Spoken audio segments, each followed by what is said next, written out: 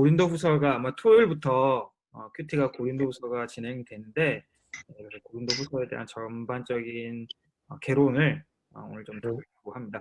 혹시 들어가기 전에 고린도후서와 관련돼 있는 뭐 성경 구절이나 찬양 아시는 거 있나요?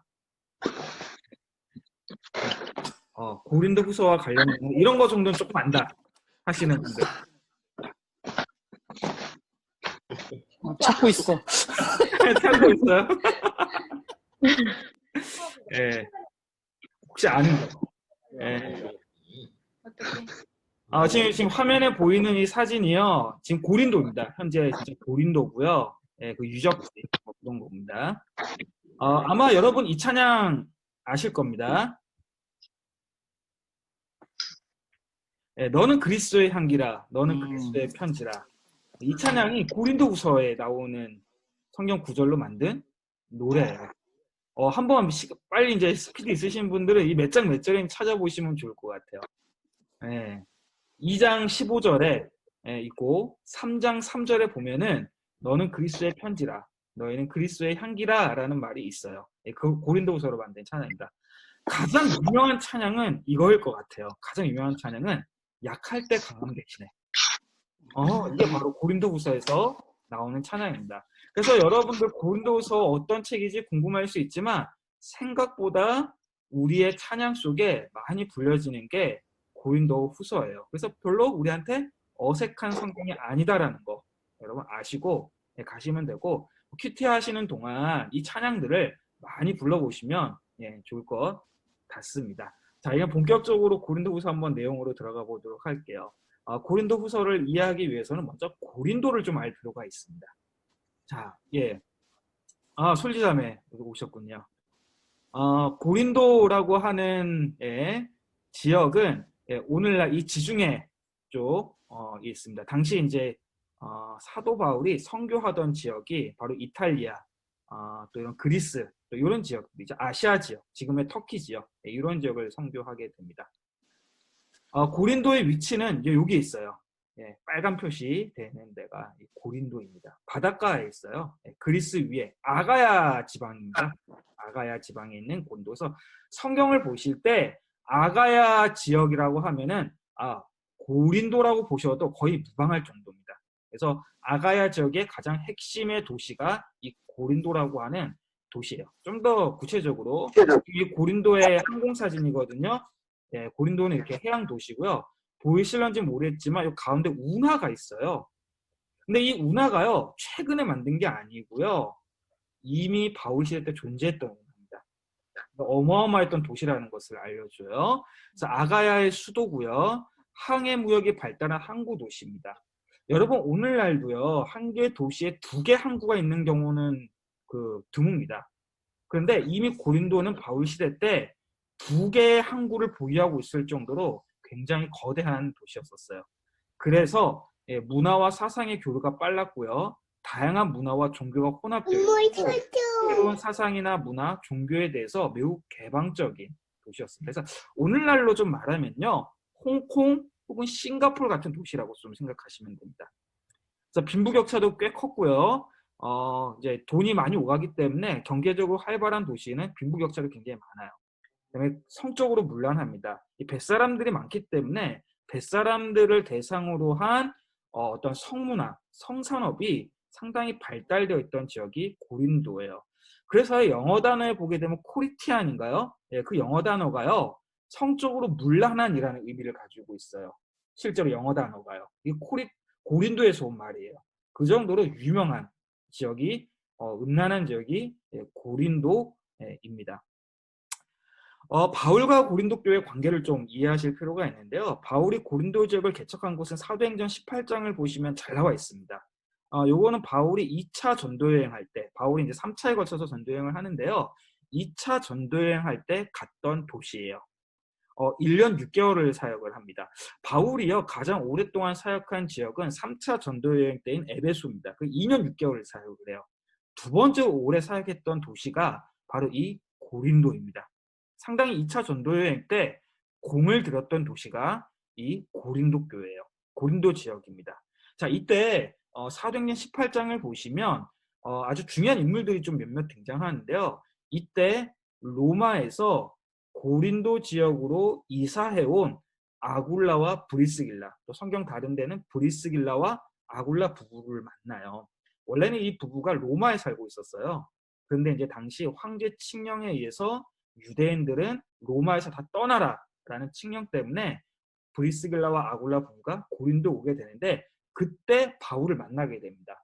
이때 바울이 우리 그 유명한 천막 제작을 하면서 자비랑 사역을 했었던 내용이 사도행전 18장에 등장을 해요.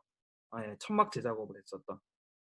자, 이때 또 중요한 것이 이 지역의 총독입니다. 아가야 지역의 총독인데요. 사도행전 18장 보면은 그 총독이 갈리오라고 되어 있어요.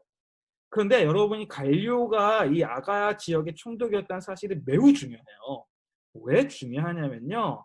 고린도에 보게 되면은 델피 신전이라고 있는데, 이 델피 신전의 비문이 발견되었어요. 근데 그 비문에 보니까 아가야 총독 갈리오가 재임했다는 기록이 있어요. 연도도 나와 있습니다. 그 연도가요. 51년에서 52년에 갈리오가 재임했다라는 비문이 발견되었어요. 그래서요, 바울이 고린도에 언제 갔는지를 이것 때문에 정확히 알 수 있습니다. 바로 50년에서 52년 여름 사이에 바울이 고린도에 있었다라는 것을 정확하게 알 수 있어요. 여러분, 요것 때문에요, 요 하나 사실 때문에 바울이 언제 회심했는지, 또 예수님이 몇 년도에 돌아가셨는지, 예수님이 언제 태어나셨는지가 추정이 가능합니다. 여러분, 성경의 기록으로는요, 이런 것들이 언제인지를 정확히 알 수가 없어요. 그런데 갈리오 총독이 재임했다라는 비문이 발견됐던 이거 하나가 성경에 기록되는 사건의 연대를 다 알게 해줍니다. 그래서요, 이 바울의 고린도 사역은 신약 성경의 역사성을 규명하는 데 있어서 매우 중요합니다. 매우 중요해요. 자, 어쨌든 뭐 그렇습니다. 그래서 바울이 50년에서 52년쯤에 고린도에서 사역을 하고요. 바울 이후에 아볼로가 목회했다라는 기록이 사도행전 18장 후반부에 기록이 되어 있어요. 자, 이제 고린도 전서와 후서의 차이를 좀 보도록 하겠습니다. 자, 고린도 전서는요, 어떠한 연유로 쓰게 됐냐면, 고린도 교회 안에 여러 가지 문제가 발생했어요. 아까도 얘기했지만 고린도는요, 빈부격차가 굉장히 많았어요. 그리고 사람들이 부자도 많고요, 어떤 빈부격차도 많고요, 성적으로도 문란했었고요. 그러니까 사람들이 좀 성격도 좀 드세요. 항구 도시는 좀 그렇습니다. 제가 주문진 출신이거든요. 이 강릉 사람들은요, 기본 어투 자체가 싸우는 거예요. 사실 싸우는 게 아닌데 기본이 싸우는 어투예요. 강릉 사람들은 알아요. 그 정도로 성격이 좀 드세요. 그래서 교회 안에 문제가 많이 발생했습니다. 대표적인 문제가 교회 안에 파벌 싸움이 있었습니다. 아볼로파 사람이 있었고요, 바울파 사람이 있었고요, 베드로파 사람이 있었고요. 그 외에 또 사람들이 있었어요. 파벌 싸움이 있었고요. 두 번째는 음행의 문제, 또 법정 소송의 문제, 결혼의 문제, 우상에게 바쳐진 재물을 먹어도 되는지의 문제, 부활을 믿지 않는 사람들에 대한 문제 등 여러 가지 교회 안에 문제가 많이 발생했었습니다. 이 문제에 대한 응답으로 쓴 서신서가 고린도 전서예요. 고린도 전서입니다. 그래서요, 고린도 전서는 교회의 일치를 강조하는 서신서고요, 사랑을 강조하는 서신서. 그래서 고린도 전서 13장이 뭐예요? 사랑장이잖아요. 사랑은 오래 참고 사랑은 온유하며 시기하지 아니하고 질투하지 아니한다. 이런 것들이 그런 배경에서 나오는 겁니다. 그런데 그래서 고린도 전서는요, 바울 당시 초대교회의 실상을 가장 잘 알려주는 서신이라고 이야기해 줄 수 있어요. 그런데 그에 반해서 고린도 후서는요, 고린도 전서와는 달리 교회 내 문제를 다루지 않습니다. 어떤 문제를 다루냐면, 교회와 바울 사이에 발생한 관계 문제를 다뤄요. 이게 고린도 후서의 핵심이에요. 고린도 후서의 핵심입니다. 자, 이 고린도 후서는요, 고린도 전서가 쓰여지고 난 후 6개월 후에 마게도냐라는 지역에서 작성이 되는 겁니다. 그걸 알려주는 게 이제 이런 구절들에 보게 되면은 알려주고 있어요. 마게도냐라는 지역에서 고린도전서가 쓰여지고 난 6개월 후에 쓰여지게 됩니다. 자, 그러면 우리가 이제 고린도 교회에 어떤 문제가 있었던 것인지, 어떤 배경에 의해서 고린도후서를 쓰게 됐는지 한번 좀 살펴보려고 그러는데요. 바울의 서신서 중에요. 가장 복잡한 서신이 이 고린도후서예요. 매우 복잡한 서신입니다. 매우 복잡한 서신이에요. 대부분 바울 서신은요, 그 서신서 하나가 한 통의 편지예요. 그런데 신학자들이 연구해 보니까 그 고린도후서는요, 한 통의 편지로 쓰여진 서신이 아니라는 것을 발견했어요. 자, 그 얘기를 좀 구체적으로 한번 해보겠습니다. 자, 바울이 고린도전서를 쓰고 6개월 사이에요, 어떤 교회 안에 심상치 않은 일이 생기게 됩니다. 그게 뭐냐면 고린도 교회에 들어온 거짓 교사들이 있었어요. 이 거짓 교사들이 교회를 흔들기 위해서 했던 방법이 무엇이냐면, 처음에 이 교회를 개척했던 바울의 권위, 바울의 정체성에 대해서 문제를 제기하는 거예요. 그래서 바울의 사도권과 그가 전했던 복음을 부정했던 거짓 교사들이 고린도 교회 안에 들어오게 됩니다. 고린도 교회 안에 들어오게 돼요. 사실 바울이 사도권을 공격받는 것은요, 한두 번이 아니에요. 계속 공격받아요. 갈라디아서도 그런 배경에서 쓰인 거고요. 그런 바울 서신들이 굉장히 많습니다. 그래서요, 어떤 학자들은 바울은 서신서를 왜 썼느냐?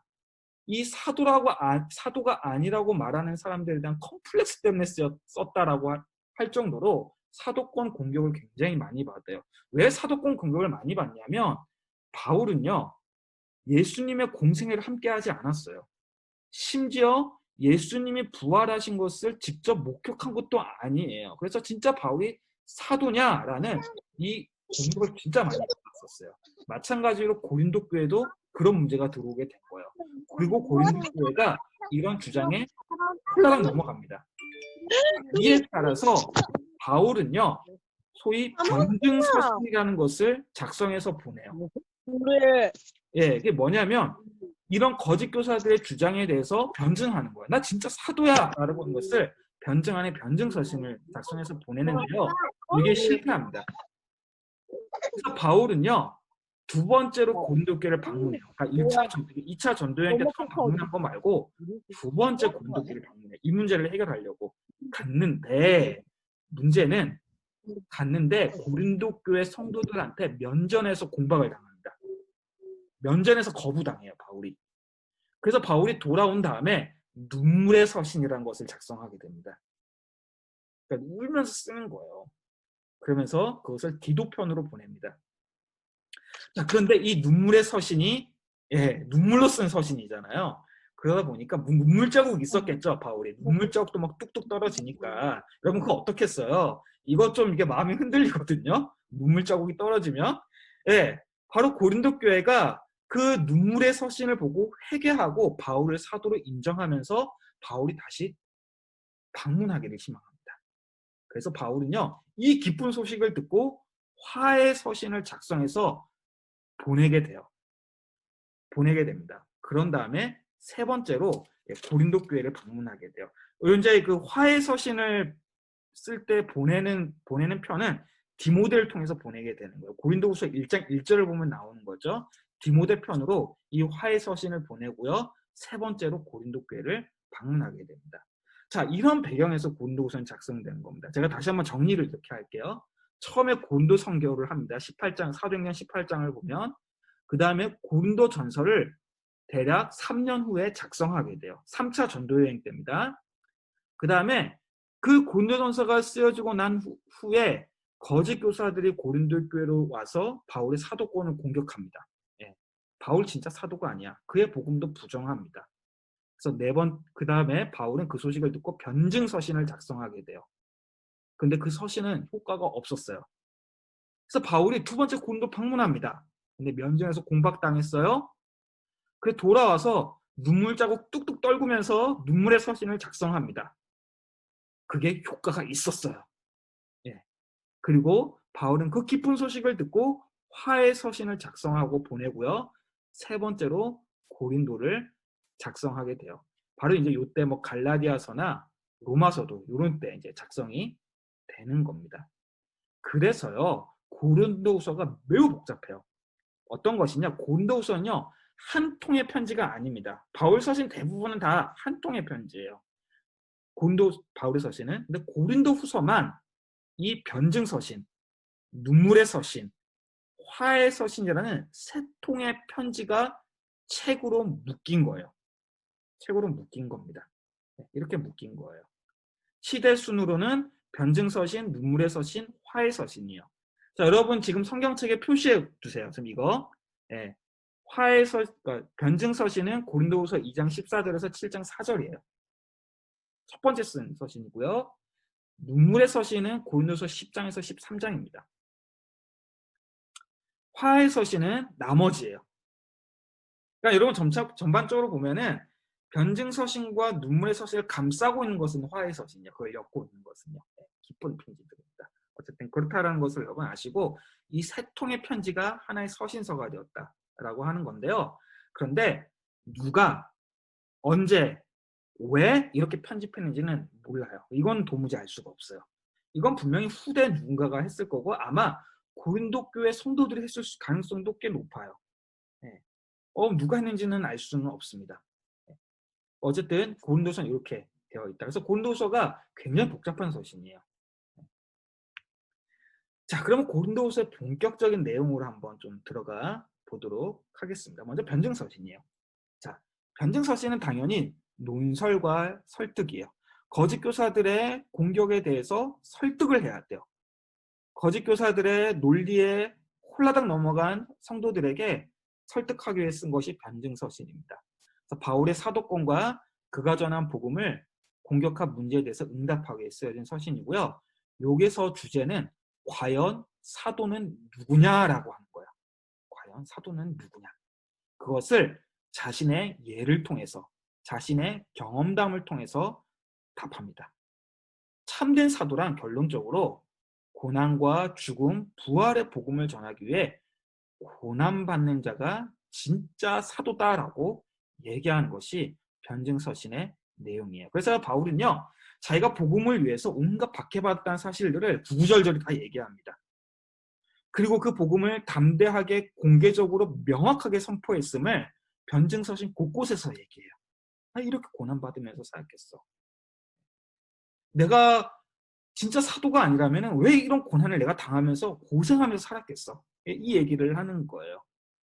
또한 고린도 성도 자체가 바울의 사도직 수행의 순수함을 입증해주는 우리의 편지라는 말을 하게 돼요. 너희 자체가 나의 사도적인 열매다라는 거예요.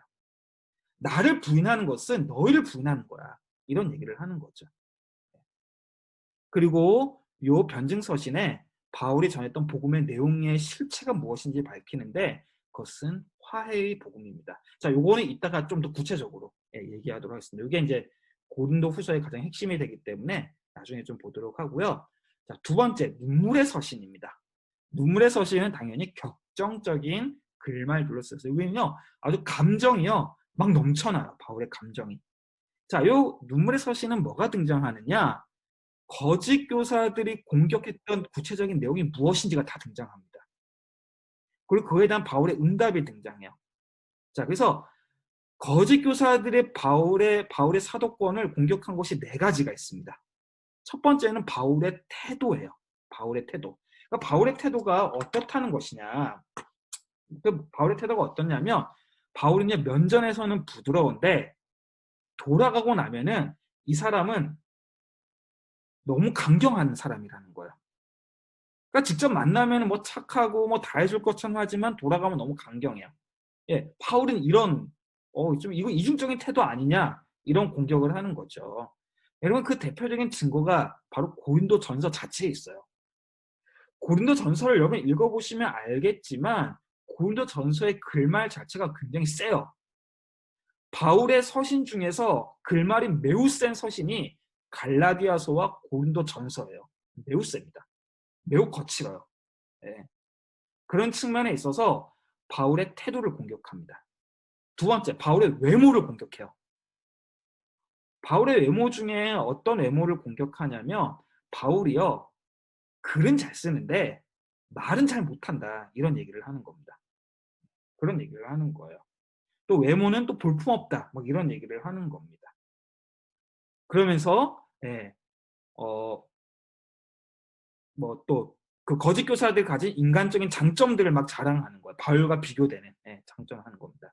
세 번째로는 자비랑 사역에 대해서 문제를 제기합니다. 아까도 얘기했지만 고린도 교회에서 사역할 때요, 바울이요 천막을 직접 제작하면서 사역을 했었어요. 아굴라 브리스길라와 함께. 자, 이게 왜 문제가 되냐면 진짜 사도라면은 다른 사도들처럼 사역비를 받았을 거라는 거예요. 네가 교회에서 사역비를 받지 못한 것은 참 사도가 아니기 때문에 그렇다라는 거예요. 네. 그러면서 소위 예수님의 직접 제자들이었었던 베드로, 뭐 요한, 야고보와 비교하면서 바울을 뭐 비교합니다. 그래서 뭐 지극히 크다는 사도들이 있는데 그 사도들과 바울을 비교하는 그런 공격을 하는 거예요. 네 번째는요, 바울은 신비 체험이 없다라고 공격해요. 그리고 그런 얘기를 한 적도 없고 바울은 신비 체험이 없는 사도야. 우리는 신비 체험이 있어. 이런 얘기를 하는 거죠. 자, 이에 대한 바울의 응답이 이렇게 등장하는 겁니다. 자, 내가 돌아서서 세게 말했던 것은 결코 육신의 혈기에 따라서 한 것이 아니라 하나님의 능력 안에서 행했던 것이다. 라고 얘기하고요. 외모에 대해서는요, 자신의 어떤 외모를 자랑하는 대신에 오직 주 안에서만 자랑해야 된다. 이런 얘기를 하고요. 자비랑 사역의 문제에 대해서는 내가 사도가 아니기 때문에 안 받았던 것이 아니라 고린도 교회에 폐를 끼치지 않기 위해서 했던 것이다. 라고 답변을 합니다. 신비 체험이 없으면요, 나 신비 체험 했었어, 사실은. 그래서 우리 고린도후서 보게 되면 그 유명한 3층 천 이야기가 나와요. 내가 천국 갔다 와봤어. 얘기하는 거야, 사실은요. 자기는 했었으나 간증하지 않았을 뿐이에요. 신비 체험이라는 것은 자신에게만 유익될 뿐이고 간증은 자기 자랑일 뿐이에요.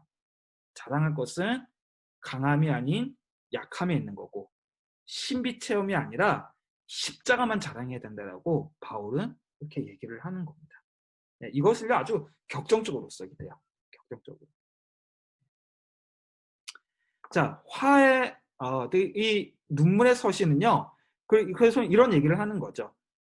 진정한 사도는 아름다운 잠시만요. 아름다운 외모, 훌륭한 말솜씨, 많은 사례비에 의해 입증되는 것이 아니라는 거예요. 결국은 진정한 사도는 복음을 위해 얼마나 희생하고 고난받는지 그 자체만이 기준이라는 것을 바울은 제기하는 겁니다. 기준. 사도의 기준은 뭐냐라는 거예요. 이게 기준이라는 겁니다. 자, 마지막 화해의 서신이에요. 이건 당연히 이제 문제가 해결되고 난 거기 때문에 부드럽고 따뜻한 글말입니다. 자, 눈물의 서신으로 인해 고린도 교회 교인들이 회개하고 돌이켜 다시 바울을 사도로 받아들인다는 소식을 들은 것에 대한 응답이에요. 바울은 온갖 박해와 고통의 시름을 잃고 위로와 기쁨으로 가득 차 있습니다. 자, 그렇기 때문에 바울이 이제 문제가 해결되었으니까 어떻게 하겠어요? 이제 사역을 뭐 좀 해보자 이렇게 얘기할 수가 있겠죠. 그래서 바울이요 세게 나갑니다. 돈 얘기해요. 돈 얘기, 헌금 얘기해요. 이게 뭐냐면 예루살렘 교회와 약속한 헌금을 고린도 교회도 실현하자고 제안합니다. 실제 당시에 바울이 사역하고 있을 당시에 예루살렘 교회가 매우 어려웠어요. 가뭄과 흉년이 닥치면서 예루살렘 교회가 경제적으로 매우 어려운 상황에 처하게 되면서요. 바울이 그 예루살렘 교회를 위한 그 모금 활동을 좀 했었거든요. 원래는 이제 고린도 교회도 했었던 것 같아요. 그런데 아까 그 관계에 문제가 생기면서 중단되었던 것 같습니다. 이제는 화해하고 나니까 그 헌금을 다시 하자 이런 제안을 하게 돼요. 그러면서 바울은 마게도냐 교회, 이 마게도냐의 가장 중요한 교회는 빌립보와 데살로니가 교회거든요.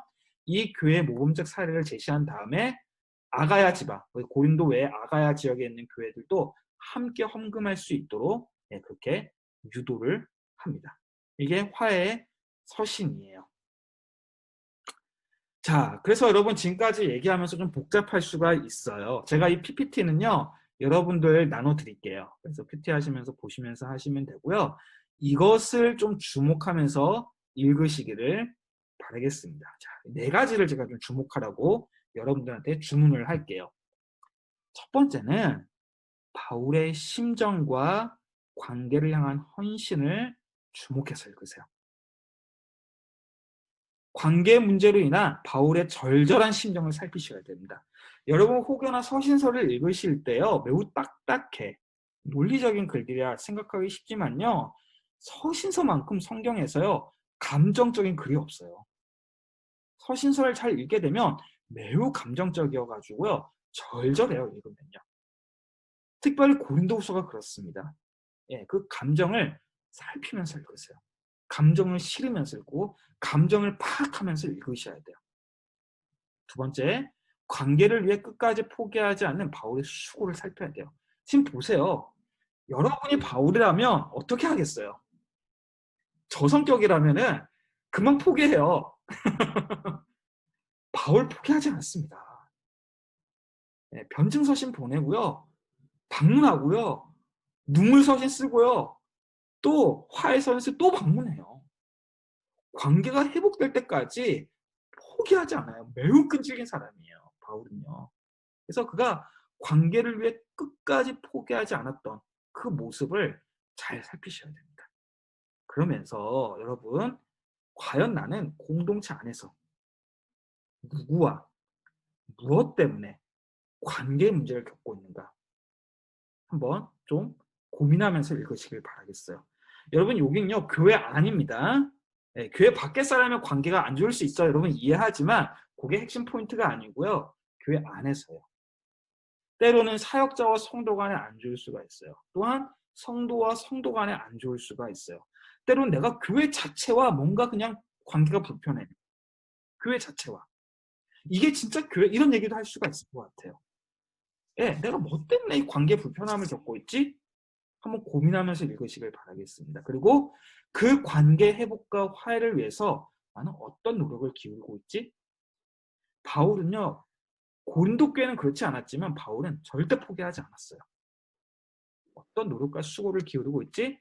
고민하시면서 질문을 던지시면서 여러분 고린도후서를 읽으시길 바라겠습니다. 두 번째 포인트는요, 참 사도는 누구냐라고 하는 거예요. 고린도후서의 주제입니다. 바울은 어떻게 무엇으로 지금 사도직을 변호하고 있는지를 살피면서 읽으셔야 돼요. 자신의 사도직을. 과연 외모, 외적인 자랑인가? 외적인 요소들인가? 그 예를 들어서 박사 학위 받은 것인가? 내가 뭐 되게 잘하는 그런 것인가? 무엇으로 사도직을 변호하고 있는지를 한번 잘 보셔야 됩니다. 바울이 어떻게 복음을 고난당했는지 살피셔야 돼요. 자, 근데 문제는 뭐냐면 오늘날 교회는요, 사도가 있습니까? 없습니까? 사도의 후계자가 있습니까? 없습니까? 없어요. 가톨릭은 있어요. 가톨릭은 그게 교황이에요. 네, 교황이고요. 개신교는 없습니다. 그런데 사도직을 수행하는 것은 교회 그 자체예요. 사람이 아니라. 교회 자체가 복음을 증거하는 사도적 교회라고 합니다. 여러분, 개신교에서 매우 중요한 신앙 고백이거든요. 그래서 참 사도는 누구냐라는 질문은 오늘날은 뭐 어떻게 바꾸셔야 되냐면 우리 목사님 참 목회자 이렇게 얘기하시면 안 돼요, 여러분. 이거 곤란합니다. 바울은 이런 사도였는데 우리 목사님은 진짜 목사님이야? 이렇게 얘기하시면 되게 곤란하신 거예요, 여러분. 예. 굉장히 곤란하신 거예요. 그게 아니라 참 교회는 무엇이냐 이렇게 질문 바꿔야 됩니다. 이게 정당한 거예요. 우리 공동체 자체가 복음을 위해 고난받는 교회인가? 이 자체를 얘기하셔야 됩니다. 이것을 고민하면서 읽으시길 바라겠습니다. 세 번째 포인트. 무엇을 자랑할 것인가예요. 자, 외적 기준 문제 제기에 대한 바울의 응답을 살피세요. 자, 화려하고 강한 능력입니까? 우리의 약함입니까? 여러분, 무엇을 자랑할 것입니까? 과연 우리는 무엇을 자랑하는 교회입니까? 때로는 다른 교회와 비교하는 비교의 기준이 무엇입니까? 이것을 생각하면서 읽으셔야 돼요.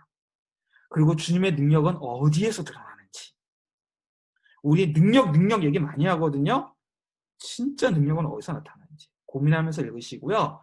과연 나는 우리 공동체는 무엇을 잘하나? 진정한 주님의 능력은 어디서 비롯되는가? 질문하면서 여러분 고린도후서를 읽어가시길 바라겠습니다. 마지막 네 번째, 매우 중요한 겁니다. 화해의 복음입니다. 우리 시간이 거의 됐지만 고린도후서 5장 18절에서 21절만 한번 좀 읽어보도록 할게요. 고린도후서 5장 18절에서 21절입니다. 우리 한 분이 좀 읽어주시면 좋을 것 같은데 우리 현석 집사님 한번 좀 읽어주실까요? 화면에 보이지 않지만 예, 고린도후서 5장 18절에서 21절입니다.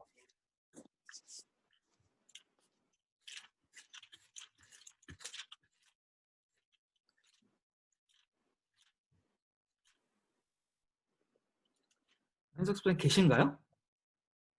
안 계시나? 예, 그러면은 예, 우리 읽을 수 있으신 것 같아요. 예. 네. 모든 것이 하나님께로서 났으며 그가 그리스도로 말미암아 우리를 자기와 화목하게 하시고 또 우리에게 화목하게 하는 직분을 주셨으니 곧 하나님께서 그리스도 안에 계시사 세상을 자기와 화목하게 하시며 그들의 죄를 그들에게 돌리지 아니하시고 화목하게 하는 말씀을 우리에게 부탁하셨느니라. 그러므로 우리가 그리스도를 대신하여 사신이 되어 하나님이 우리를 통하여 너희를 건면하시는 것 같이 그리스도를 대신하여 간청하노니 너희는 하나님과 화목하라.